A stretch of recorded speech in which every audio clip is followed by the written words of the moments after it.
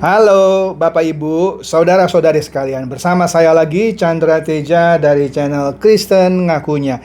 Channel yang membahas kekristenan yang murni, terbebas dari klinik dan pemahaman yang melenceng. Bagi Anda yang belum subscribe channel saya, silakan subscribe channel saya. Tekan loncengnya agar Anda dapat notifikasi setiap kali saya mengupload video-video yang baru. Oke?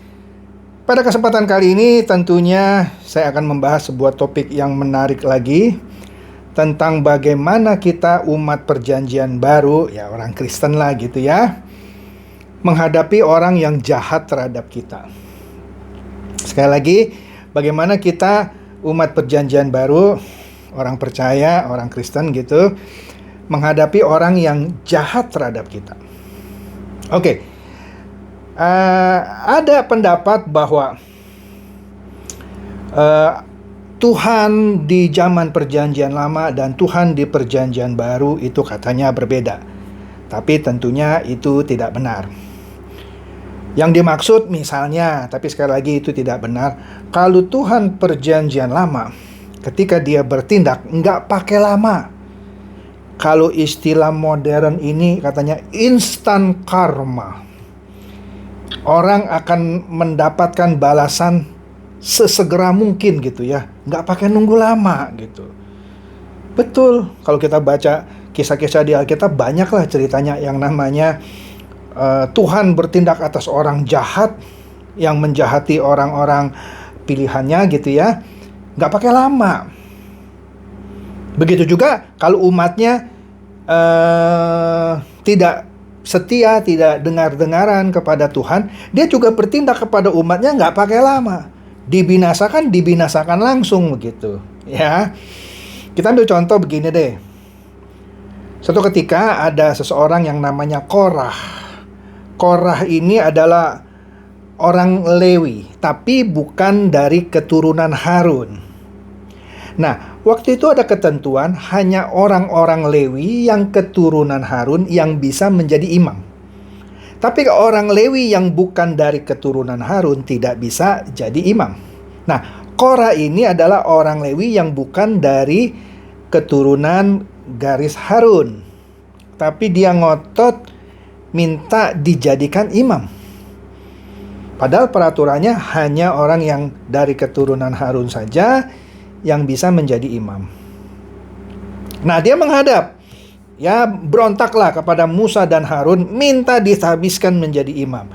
Akhirnya Musa dan Harun, singkatnya lah ya, oke, besok kita menghadap Tuhan, kita lihat apa jawaban Tuhan gitu ya. Kemudian kebesokannya Korah dan gerombolannya, sebut saja demikian, datang ke satu tempat bersama-sama Musa dan Harun. Musa menyampaikan permintaan Korah ini yang mau memberontak kepada Tuhan. Nggak pakai lama. Saat itu juga tanah tempat Korah dan gerombolannya berpijak terbelah, mereka masuk ke dalamnya dan dikuburkan hidup-hidup. Nggak pakai lama kan? Nggak pakai lama. Kemudian siapa lagi ceritanya kalau kita lihat dari perjanjian lama? Ketika Musa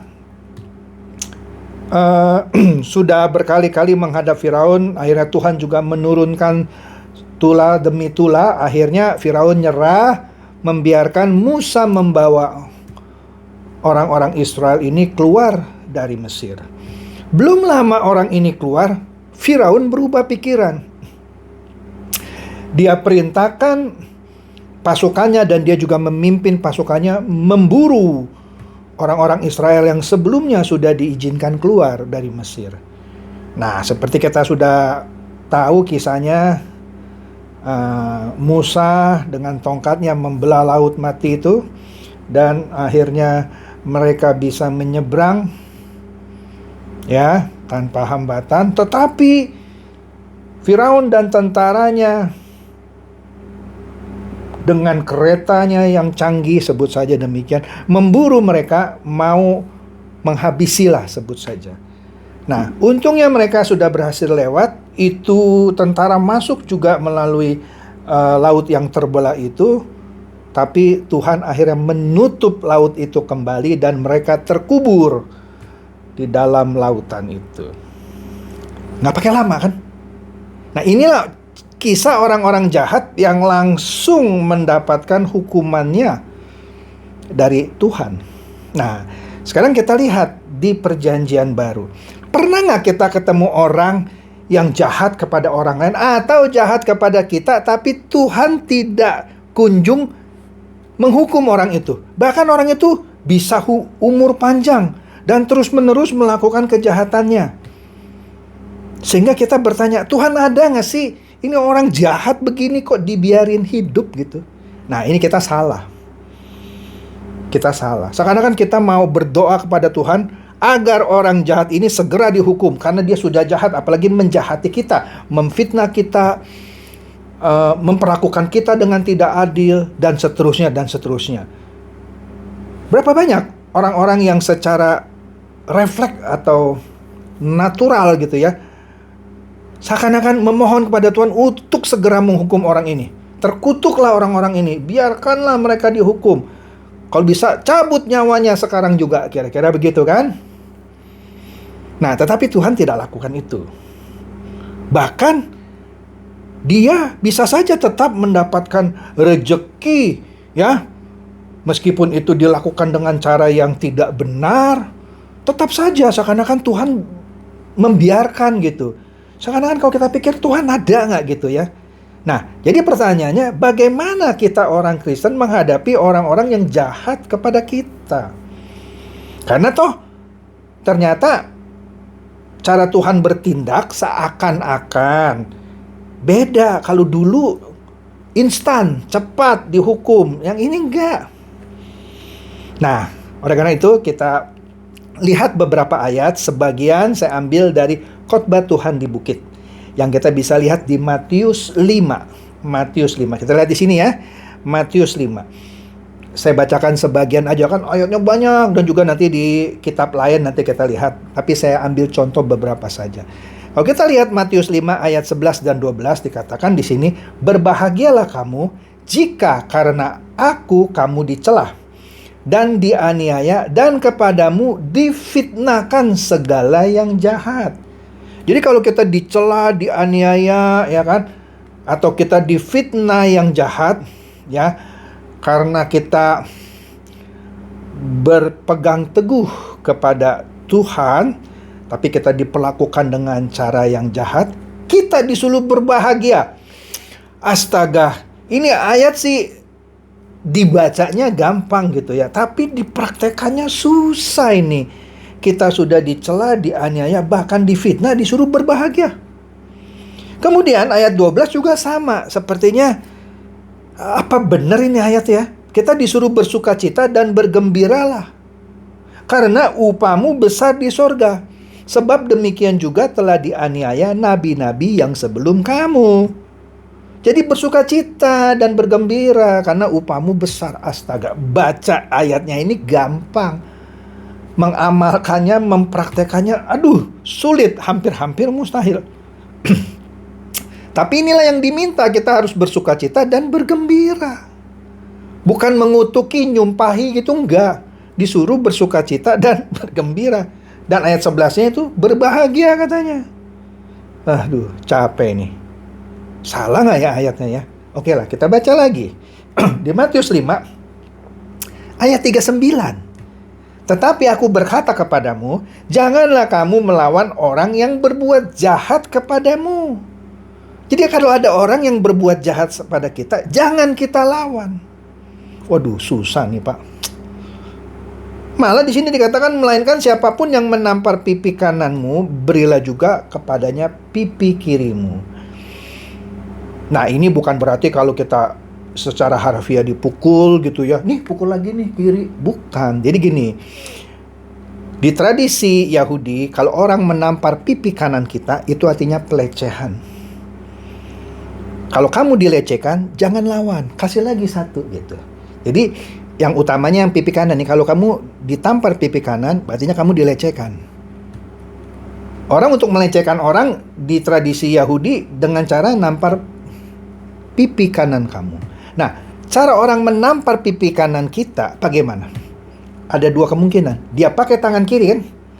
Coba Anda kira-kira lah. Dia pakai tangan kiri, dia tampar pipi kanan kita. Pakai tangan kiri, dia tampar pipi kanan kita. Nggak mungkin pakai tangan kanan begini kan? Susah kan?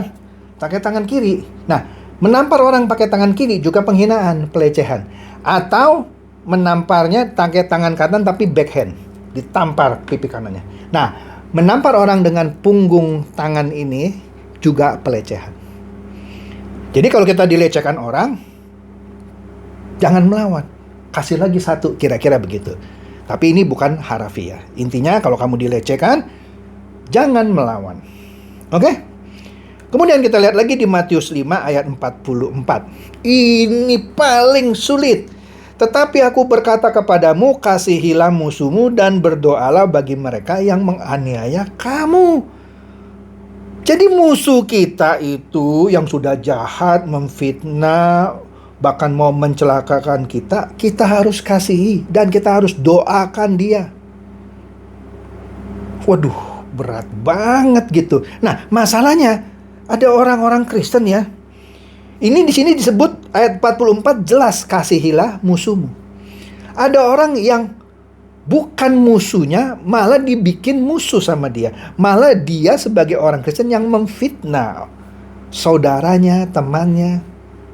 Padahal di sini harusnya mengasihi musuh. Tapi tidak sedikit orang Kristen yang terhadap temannya sendiri dia memfitnah, mencelakai dan seterusnya. Padahal di sini jelas musuh saja harus dikasihi. Nah, dari ayat-ayat di Matius 5 ini saja yang terambil dari khotbah di bukit jelas bagaimana kita menghadapi orang jahat. Ya, berbahagia kalau kamu disakiti, astaga, disuruh berbahagia. Bersukacita, bergembira, astaga. Jangan melawan. Tampar pipi kanan, kasih pipi kiri. Kasihilah musuhmu dan berdoalah bagi dia yang menganiaya kamu. Aduh, baca ayatnya sih gampang, prakteknya yang susah. Lanjut ya.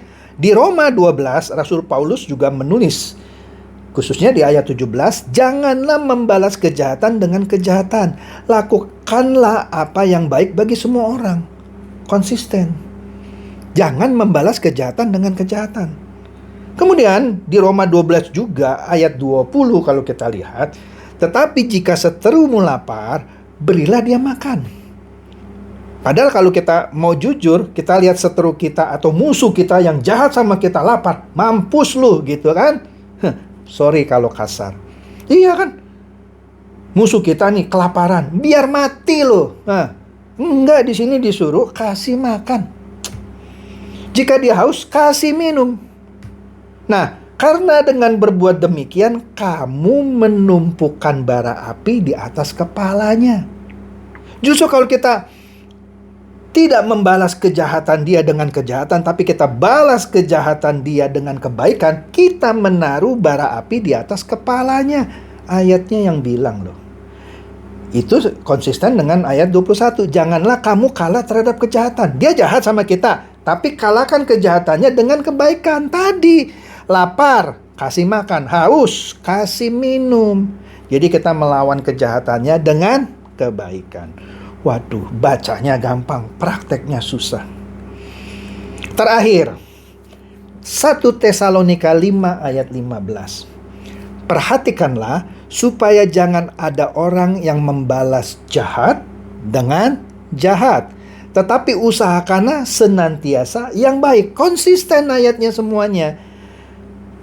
Usahakan senantiasa yang baik terhadap kamu masing-masing dan terhadap semua orang. Jadi jangan pernah kita membalas kejahatan orang kepada kita dengan kejahatan juga. Balaslah dengan yang baik. Karena dengan demikian kita menaruh atau menumpuk bara api di atas kepalanya.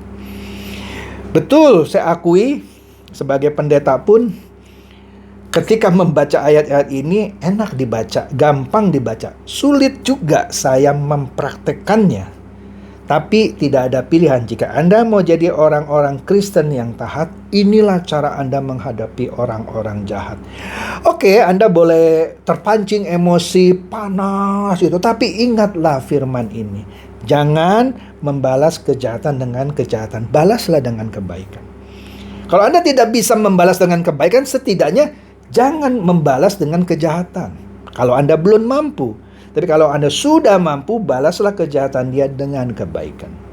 Demikian saja mengenai bagaimana kita menghadapi orang-orang yang jahat kepada kita. Semoga ini mencerdaskan dan mencerahkan Anda semua. Silakan share kepada teman-teman, sahabat, atau kerabat, supaya mereka tambah cerdas dan tercerahkan. Seperti biasa, Shalom.